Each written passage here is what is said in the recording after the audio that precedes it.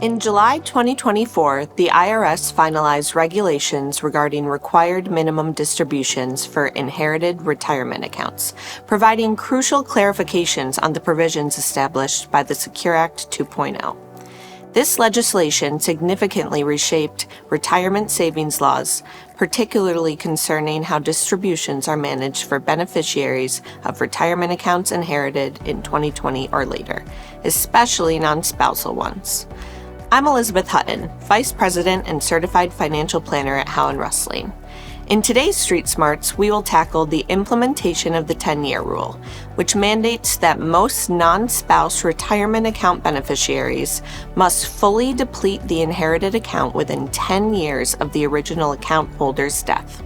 In the original Secure Act, enacted in December 2019, designated beneficiaries of inherited retirement accounts for account owners who died in 2020 or later were effectively sorted into two different groups: eligible designated beneficiaries, which include surviving spouses, minor children of the decedent, disabled individuals, chronically ill individuals, and any individual less than 10 years younger than the decedent, and non-eligible designated beneficiaries, which includes any non-spouse beneficiary who is more than 10 years younger than the original owner, is not a minor child of the decedent, and is not disabled or chronically ill.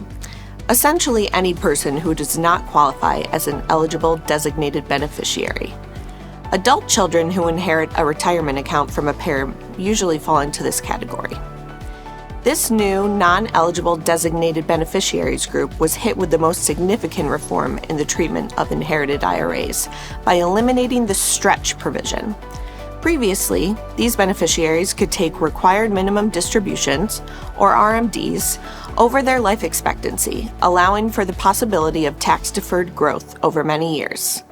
Instead, the Secure Act mandated that these non-eligible designated beneficiaries must withdraw the entire balance of the inherited IRA by December 31st of the 10th year after the owner's death, known as the 10-year rule. In early 2022, the IRS clarified that if the original account owner had already been taking RMDs prior to their death, not only would the beneficiaries be subject to the 10-year rule, but they would also need to take annual RMDs during this 10-year period. This requirement was confirmed in the IRS's final regulations issued in July 2024. Importantly, the final regulations also stated that there would be no penalties for missed RMDs from 2021 to 2024, effectively making 2025 the starting point for compliance. With the new regulations, determining the requirements for an inherited IRA distribution has become quite literally a maze of rules, with different rules applying based on whether the decedent had reached RMD age and the type of beneficiary involved. On that note, these non-eligible designated beneficiaries have been segmented into two groups based on the timing of death of the original owner of the retirement account. For retirement accounts inherited from owners who died before their RMD age, beneficiaries must withdraw the entire balance by the end of the 10th year after death.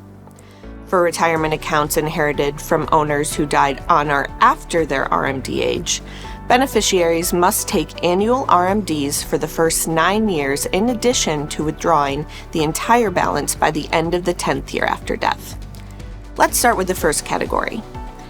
The key distribution rules for non-eligible designated beneficiaries who inherit a retirement account from an owner who died prior to their RMD age are: 1. Beneficiaries must ensure that the entire retirement account balance is distributed by December 31st of the 10th year following the account owner's death. 2. Beneficiaries are not obligated to take annual distributions during the 10-year period after the account owner's death. In other words, no RMDs are required. These requirements allow for some withdrawal flexibility, in that beneficiaries can withdraw as much or as little as desired at any time within the 10 years, allowing for strategic planning based on their financial situation. For example, taking distributions in lower income years can help minimize tax liabilities, whereas spreading withdrawals over as many years as possible may avoid significant spikes in income and tax rates. And while annual distributions are not required, this does not necessarily mean that annual distributions should not be taken.